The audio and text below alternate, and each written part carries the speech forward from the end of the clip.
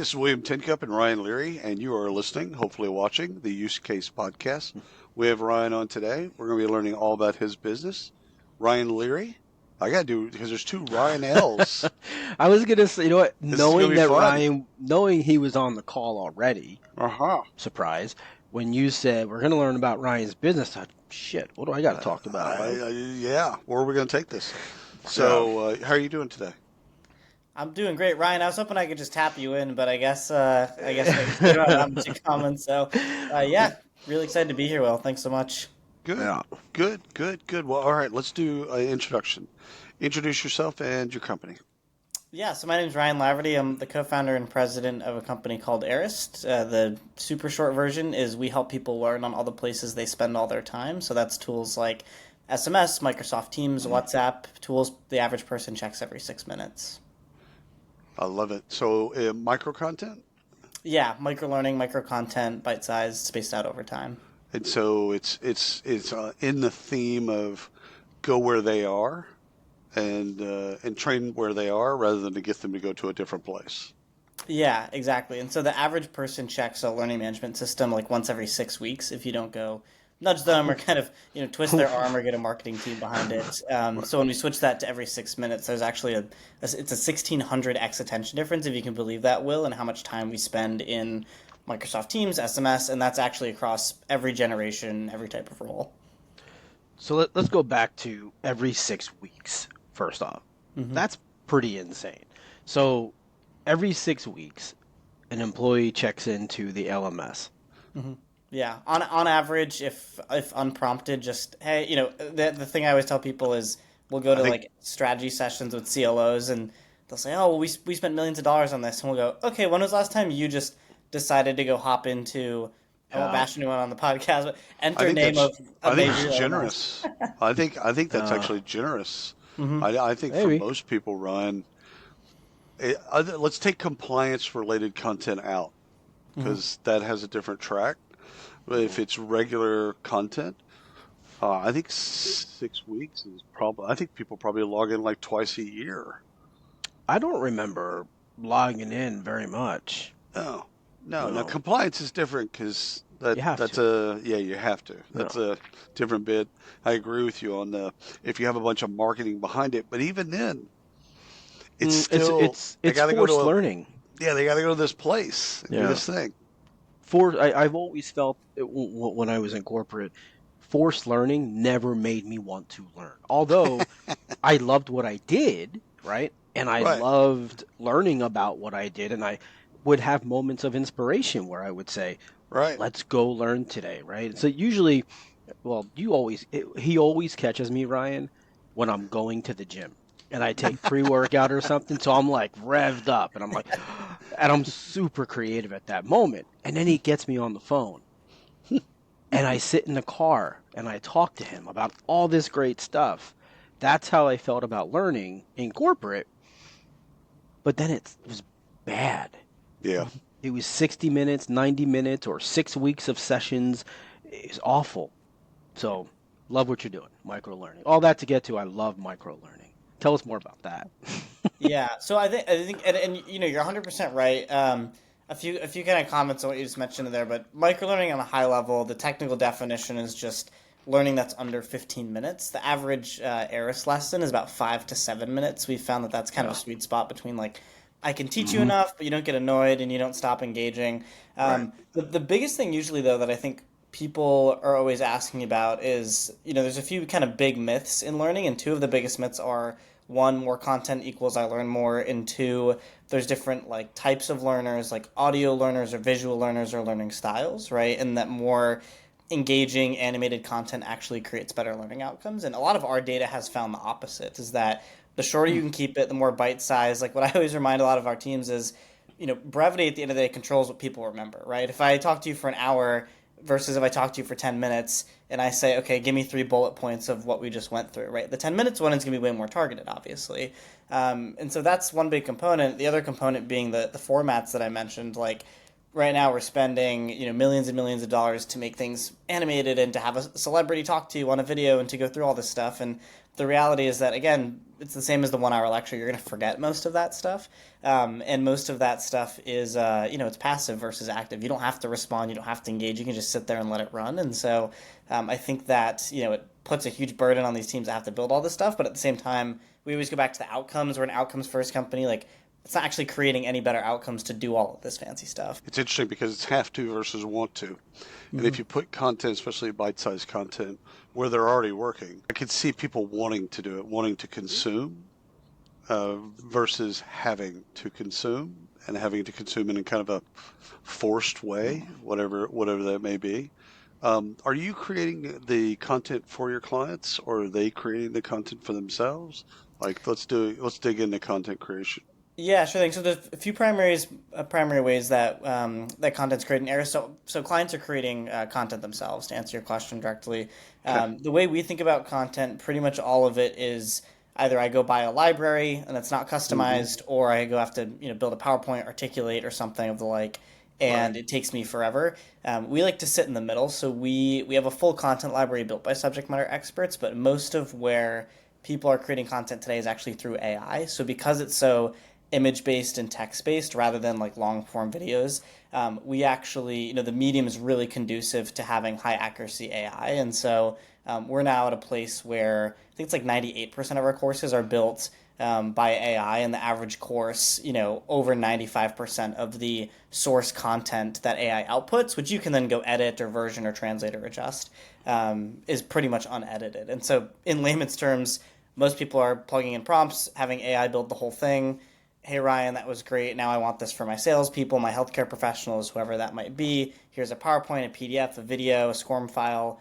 Go just build all this stuff for me. And then learning designers become editors and reviewers and fact checkers rather than, Right. kind of from scratch creators. And that was my next question: is how are they verifying? And you said fact checkers. So Mm-hmm. maybe walk us through some of your, you don't have to mention client names or anything, Mm-hmm. but Yeah, yeah. companies that are using your platform, how are they building through AI? Got it. But what is that process, right? So they're Yeah, building, they're yeah, I want to know the prompting. prompts. What are they doing here? Give us some light there, because I actually think that's where most people get Mm-hmm. stuck, right? They Try Right. know they need a blank platform. They screen. want they Yeah. want a cool platform. They want something quick and easy that integrates and is where everyone is and all that great stuff.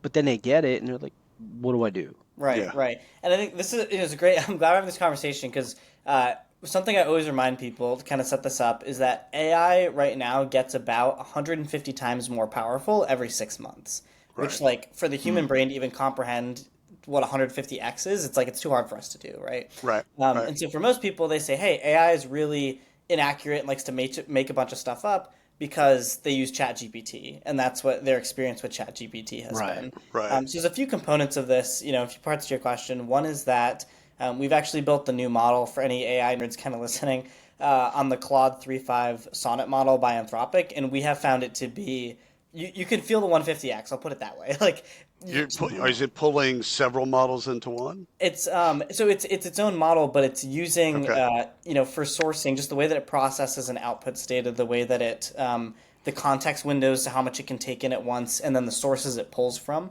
Got it. It's just Got it. on all fronts a much higher level of accuracy. So that's one part of it. To the question on clients and accuracy, so our largest customer segment actually, without getting too much into specific clients, is the life sciences industry. Because if you Yeah. think about, Yeah. what is AI plus SMS like most powerful for? Hey, I have to teach a large scale of people not at a laptop all day on really complex Right. subjects. And kind of by accident, we sort of fell into this. The pharma industry meets a lot of that criteria, and so we went on site at a major pharmaceutical company in New York who made some vaccines that everyone is very familiar with, and we said, hey, let's take 700 pages of complex medical documentation, feed it through this. We'll have your medical SMEs in the room, and you can basically roast us if things are just wrong and inaccurate and it's making things up.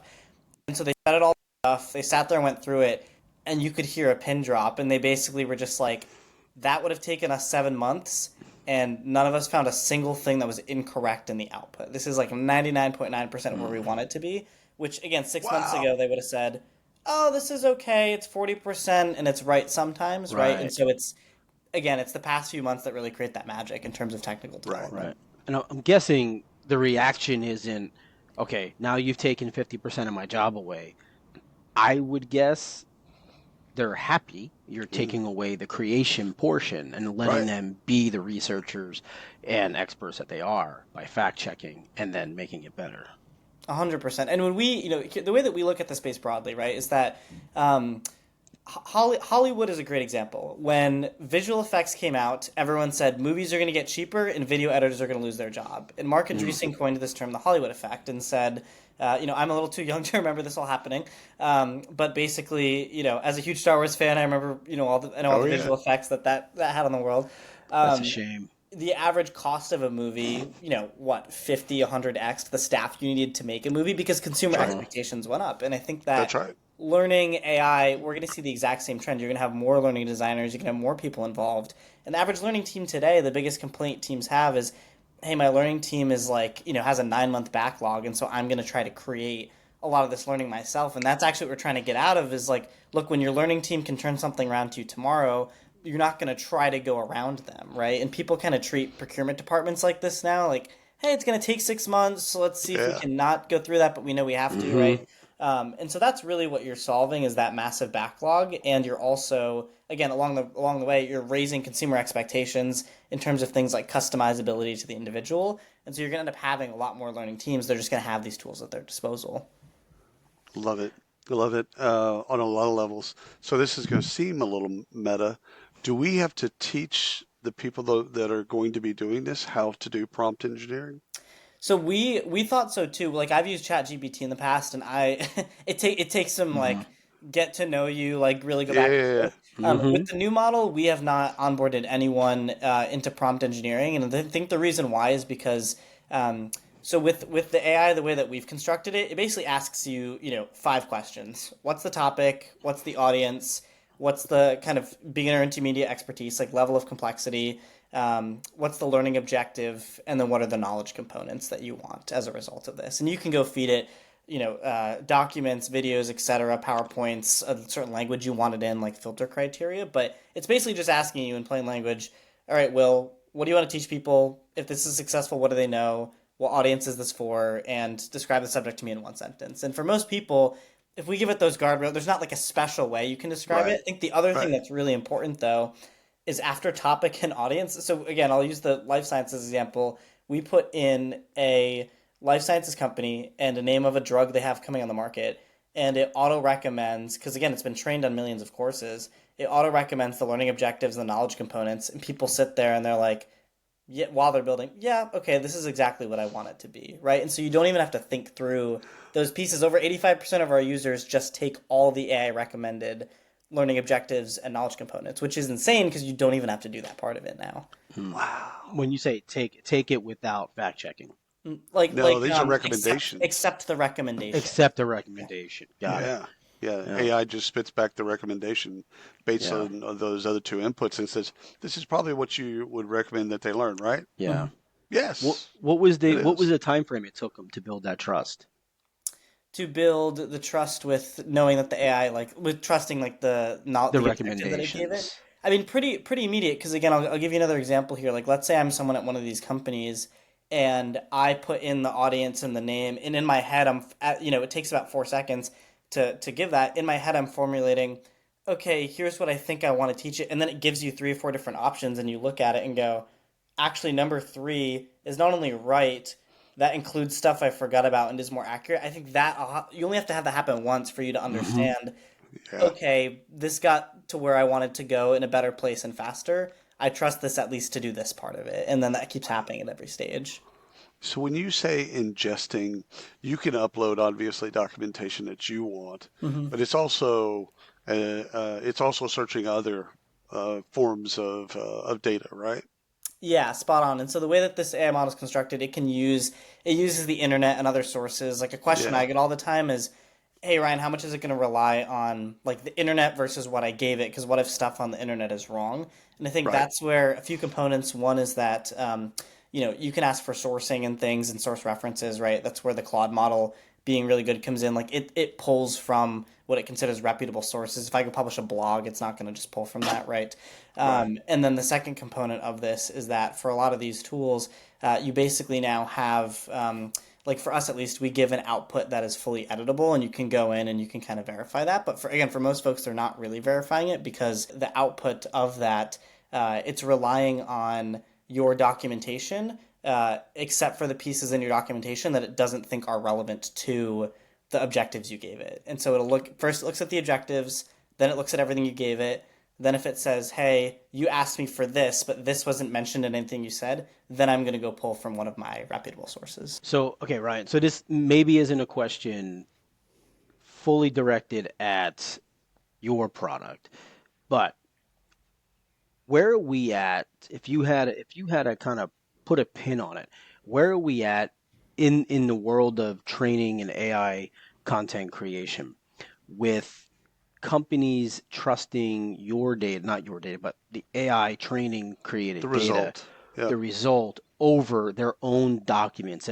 And are you seeing that companies are, when they put their own documents in, realizing, oh, out of this 400-page document, we've got about 25 pages that are just really wrong and bad. Are we seeing that?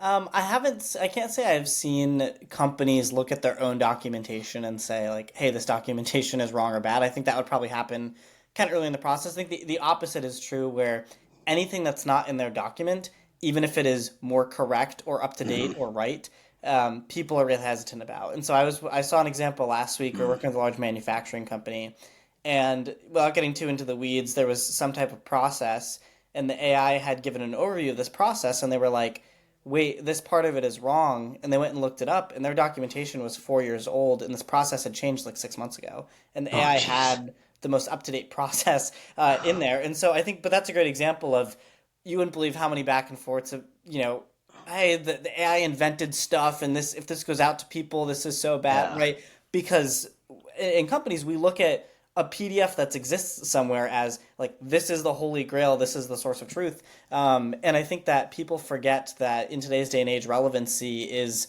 an ever ongoing battle, right? Especially in certain industries. And I think that the magic of a lot of these tools is, if you, instead of saying, okay, here's a snapshot of what's correct, the way that these models work is basically saying, here's sources that are reputable on the subject. You're never going to have something new or important come out in this world that's not through one of these sources at the same time.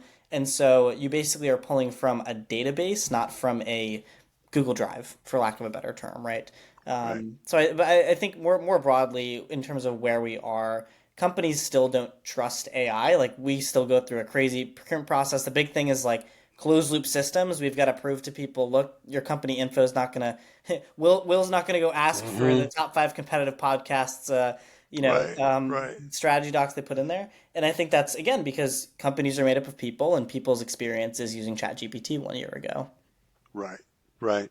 So let's talk about deploying. And you call these courses, or at least you've called them courses in some ways. Hmm. So it's going to be in the places that they're at, whether or not that's text or Teams or Slack or wherever. So wherever they're collaborating, if you will, you're putting training in there. And the person that's over that, they can put those into different channels. They can set, the length to be whatever it is. Do you have clients asking you about testing? Because it was a big thing years ago, especially on the LMS side, was it's not just enough to give somebody a course. They could run that thing on another monitor. You don't even know if they're listening to it or whatever. There was a whole thing about, we want to make sure that they actually got the bit. Hmm. So we'll do a small test at the end of it to just make sure that they consumed it and they, actually understood it, etc. Do you have clients? Do they care about that anymore, or is it more about getting the content in front of them and where they're at? Yeah, I mean, it's both, right? Like, in terms of testing for our solution broadly, folks always really want to test. I mean, I think Yeah, the more new something is, the more someone wants to test it, right? I think that's a good rule of thumb. yeah, The way that I think about this is, we as a company have basically taken a stance of like, look, everyone's going to promise you the world. We're just going to let you try a bunch of stuff, but we're going to do it in a super not hands-on way, because you got to understand 50 people a day ask us to just try a bunch of stuff and love to waste your time. What we've basically done, people usually want to test a few things. Does the AI work? And is on the AI side, does the AI work? Is the AI accurate, right? And then Right. at SMS, we've been talking a lot about AI. SMS, Teams delivery, such a new component, such like a brand new thing, scary for a lot of companies still, right? Right. Right. Um, I'll literally, the most common probably like one-liner I have in these conversations is, look, for the AI tool, we can, it's called Creator. You can go to arist.co/creator, go try it on the website. If it doesn't blow your mind, like, we don't have to keep talking. The courses I love themselves, that pitch right there. Done. the That's it. courses themselves, if you are worried that you want to try it with your company content, give me some stuff. We'll put it through the AI right now. I'll send you the course. Share that with as many people as you want. If you want a course off the website, text sales, text improve, whatever that course name is, to the short code and take the course. Share it with as many people you want. Let's talk to each other in a week. Because I think for us, like, if you go share it with 20 people and they all say, hey, this is terrible, we don't like this, which, knock on wood, has not happened, but in their mind it could, right?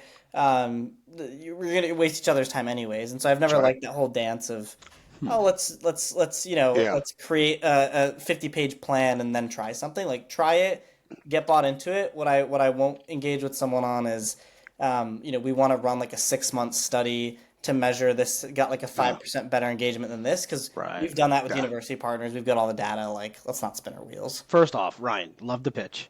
Right. Love very concise. You get it, and you know how to tell the story, which is great. Who are we selling to? Who's the buyer?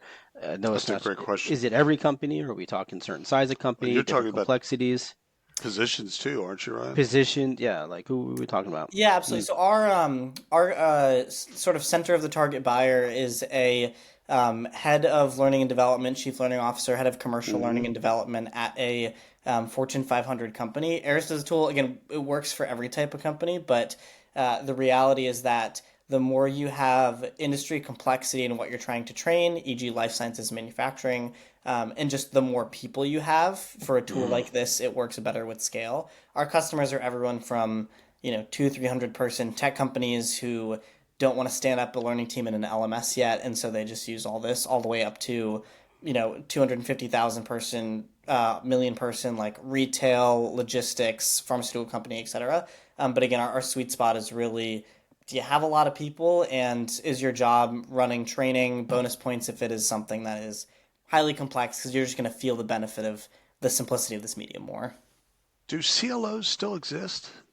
They do exist. I think that the they're in the role, back role is room No, changing. somewhere. I'm first of all, I used to go to CLO conferences, so okay. I'm That's that your person. problem. ATD, been to all of those, spoken at a couple of them, but it just seems like there's not as many of them, or at least there's not as much discussion about them Yeah, I think as there was a decade ago. They've been incorporated or into other roles. Yeah.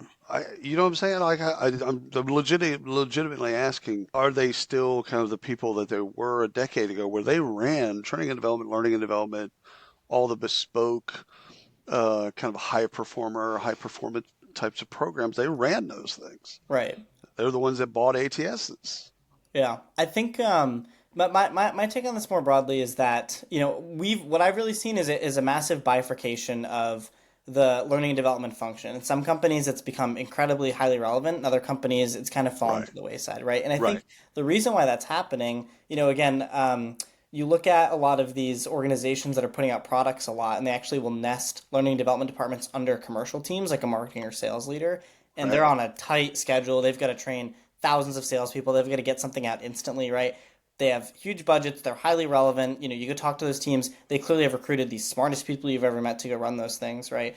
And so I think that you've got it on one side. On the other side, I think really the what we'll call the crisis of the CLO is really just company by company a crisis of whose responsibility is XYZ, right? Because if nothing else, then learning gets kind of just left with like, okay, compliance and general company onboarding.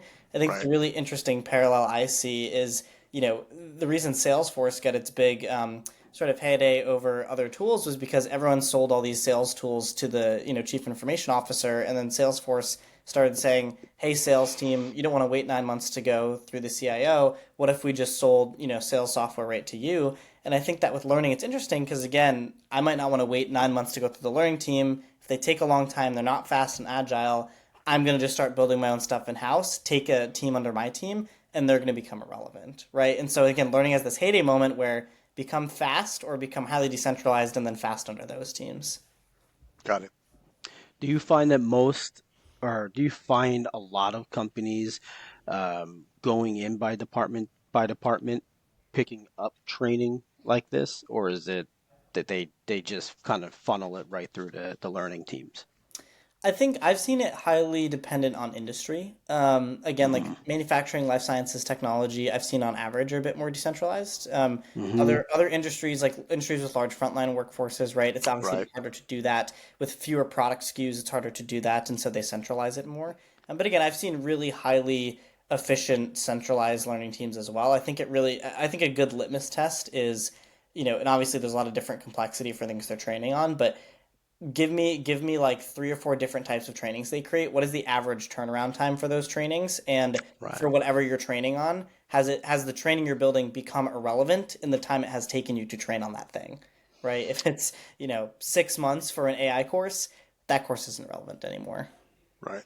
What's the admin kind of user statistics look like? Like, what does their dashboard look like? Because I'm thinking about like what Hootsuite did years ago was they'd optimize post for when people would consume it. Hmm. They had to learn some things, and some of it is a little bit of voodoo. However, I could see this with consumption.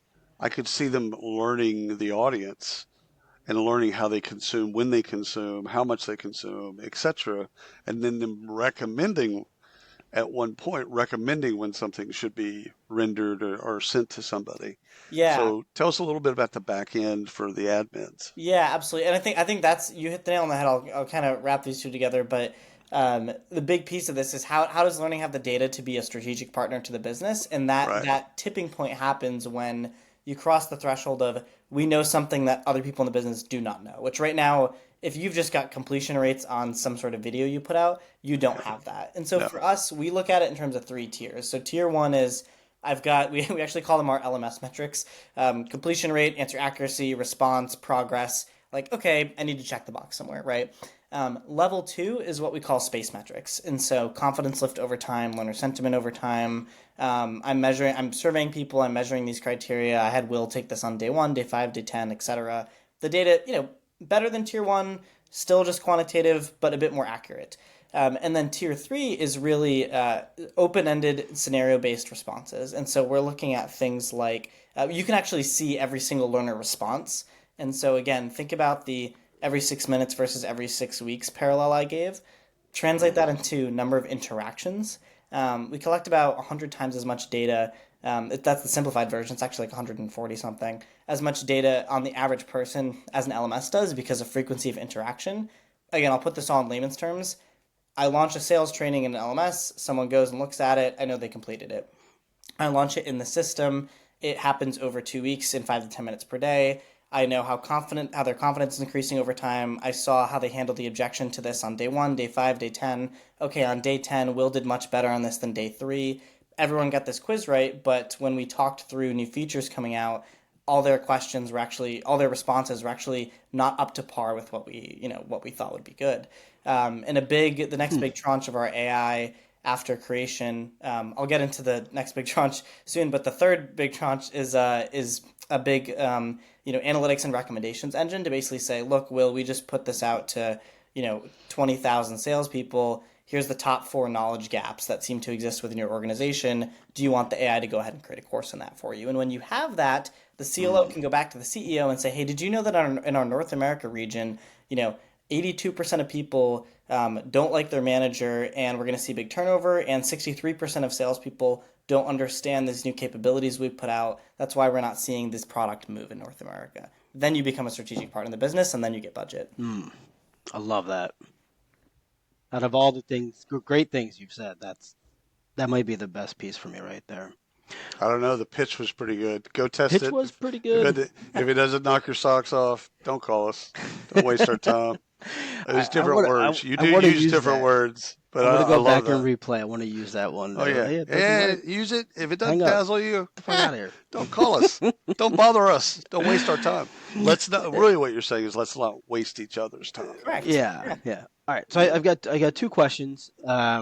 We can answer one later. It's totally fine. But we had another call earlier today, another recording where we were talking about it was an AI recruiter, and Hmm. so I went through an audio interview. This is AI hilarious, recruiter. Ryan. It was amazing. It was actually And he really wa- cool. and he was a total asshole I as a was. I candidate. was. It It was a asked me total a one word question. answers. Hmm. It was hilarious. It's like, no, why are you calling me? Like, and it would actually respond like instantaneously. Mhm. Yeah. Does this get to a place where the courses that are being created have the interaction that way, where Yeah. as a sales professional or customer service or It's not what just have you, one. It's just not one way. Is what you're right? thinking. Yeah, bi-directional, where I'm going through the Hmm. course, but instead of listening or reading or whatever, I have to respond. And you're hearing me, it's hearing my inflection, it's hearing my voice, it's hearing how excited I am versus, all right, I'm really not paying attention. Because and the reason I bring that up is because the feedback that the AI recruiter had on me It was in this great. example said, I seem disinterested. I have the background based on my profile, but he was a little disinterested. Very It's short answers. He may not be a good fit for your team. it gave a report to the recruiter. And Yeah, it said hey, it's an AI recruiter. We're going to do some screening questions, blah yeah, blah blah. So it did all that preface stuff, and then it came back and it gave a report. He on shows the me. report to the recruiter. It was spot on. Hmm. It was a 2.2 out of a 5, and he Yeah, basically said he was despondent. He wasn't really interested. I wouldn't recommend that we move forward. Like it was doing yeah, all that stuff that you would do in screening. yeah. But the So, does the interesting training part of get to that? yeah, do you think training gets to a point where it becomes more bidirectional? Yeah, I think it absolutely will. I mean, the advent of all these AI tools, what they're really doing is they are allowing for us to have the best of both worlds of mass scale and mass customizability, personalization, right? Which is really what you're getting at with the AI Right. recruiter.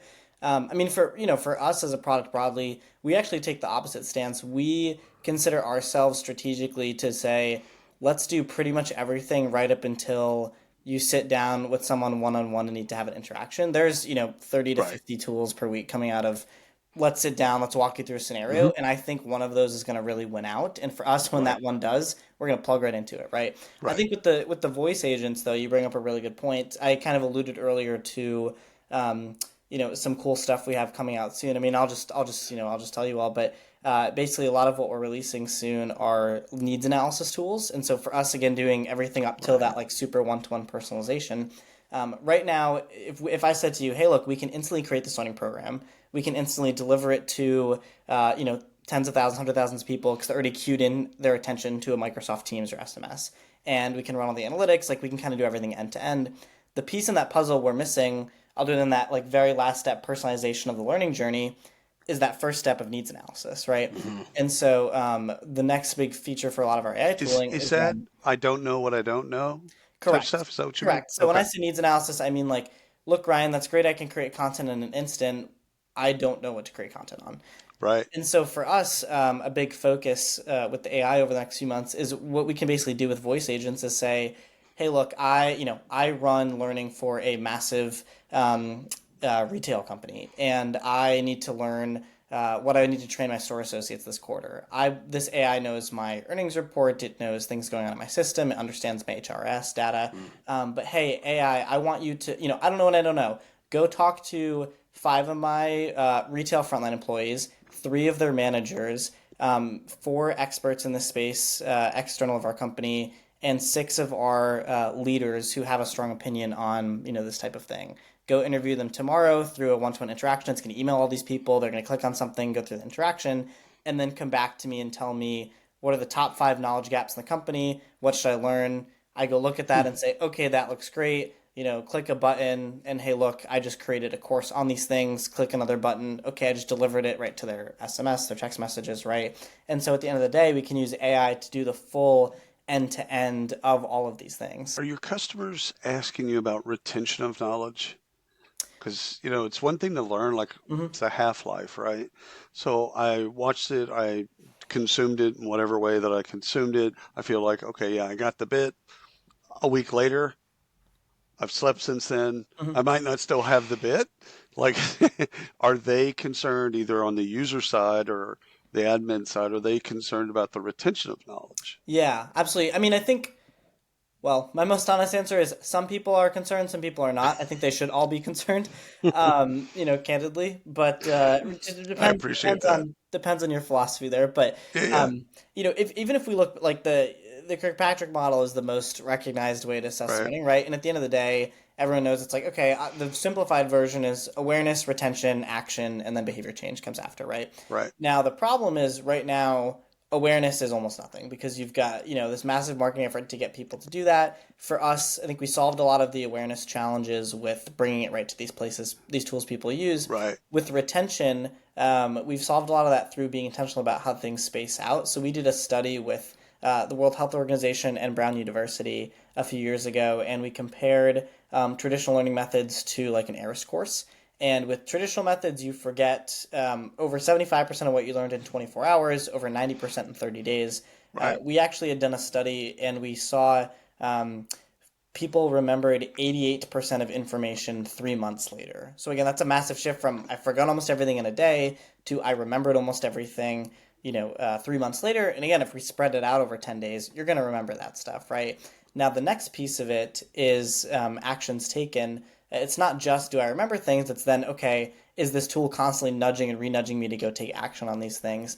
And we saw a 33% lift on average in reported and measured actions taken. And I think Oh, that's that's where you awesome. get to kind of the sweet spot of it is I'm much more aware because everyone's taking it. That opens up retention. Now we're remembering a lot more stuff. Now let's nudge in what you've remembered. Okay, now we're taking a lot more actions. Now behavior change has actually occurred. I love that.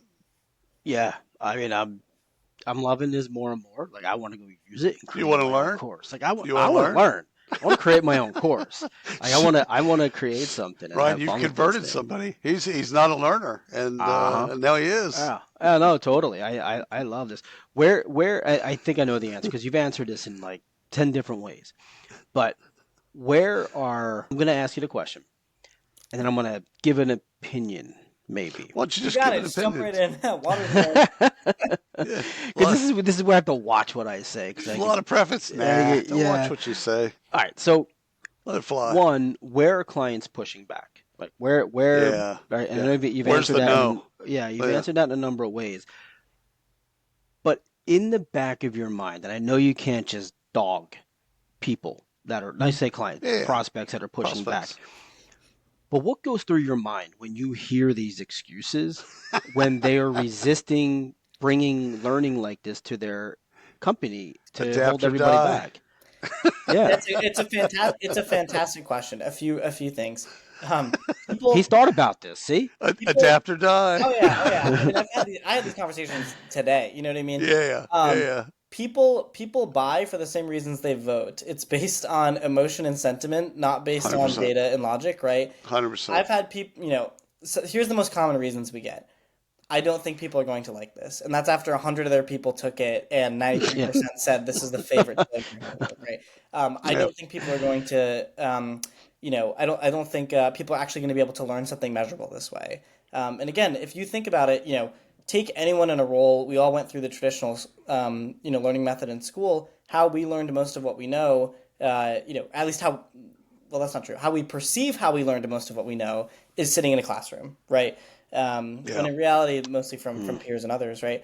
It's Um, mostly from TikTok and Instagram. Hell right, yeah. right. And Hmm. so, if we compare that, I've had people say to me, "Oh, this looks really good." The most common response I get, "This looks really good for reinforcement and for follow-on learning after real learning," which for Oh, me is a bit of it After after, real but they learning. don't they don't Wow. mean it. oh, Wow. They don't mean bitch it as like slap. the right. They don't They mean just it as called your like as baby the big ugly. very very polite people. Very nice. They're like, yeah, after like a real learning experience, then we'd have this happen after. And for Mm. us, we actually have started to say like, look, it works well for reinforcement too, but we actually won't even approve a first use. We won't work with someone if the first use case is reinforcement because we're like, look, we want Right. to apples to apples take something as a standalone to prove to you that we can cover this much Yeah. info. we did a study where we basically measured. We did the study with the University of Washington years ago, where we took a bunch of OBGYN interns, so super complex medical subjects, and had them, learn things for this comprehensive medical exam. And 500 people learned through Arist, and 500 people learned through these online videos that they'd been using. And the online videos, par for par, were hours and hours more of content. And most people, when Right. they say real learning, they just mean more hours and more time and more content. Right. Yeah. Yeah. That's what they're The Something using. that feels modality. more substantial. Yeah. Right. And the Yeah. reality is, so there was the study came out, and I can share the study with you. There's a 19% exam score lift in the people who took it through the Arist course. And the reality is Wow. that they probably spent far less time learning content. Fraction. That's what I mean. If I said to you, well, look, I spent 10 hours studying, Ryan over here, he only spent 3 hours studying, you're gonna be like, okay, Ryan, well, bad example, we're both named Ryan, but me, Yeah. Ryan, you're far more prepared. The Right. reality is that Ryan may have spread those 3 hours out over 15 days and was very active and really, challenged himself, right? And I could have just been sitting there holding the textbook, texting my friends while the textbook's open. Hey, I studied Right. for 10 hours. That's what Mm. learning is today, and that's the comparison. I love it. Okay. So when let's do one buy side or two buy side questions. What should, if you could script questions from prospects to ask you, what would you like for them to be asking you?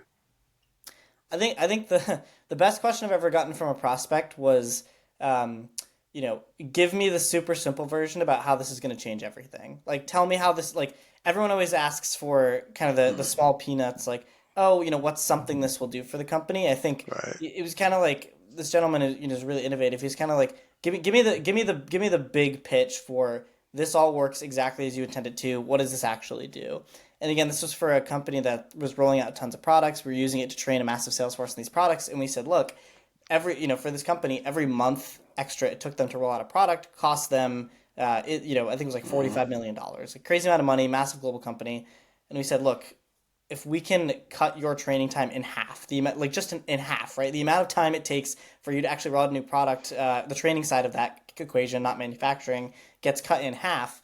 That would save you guys tens of millions of dollars, right? And I think that's the big pitch for all of this is people um, undersell the importance of speed and agility in learning, not just for the relevance of the learning department, but again, the How it relevancy of your how it impacts the organization, of business. AI. Like, picture an Yeah. organization where you can snap your fingers and everybody knows a new skill, right?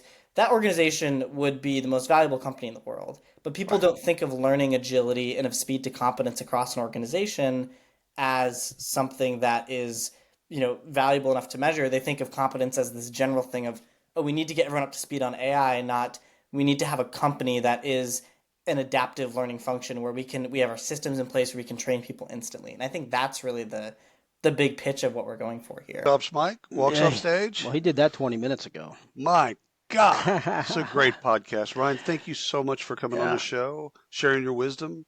It's been fantastic. I can speak for Ryan. We love what you're doing. Yes. Absolutely love what 100%. you're doing. So keep doing it.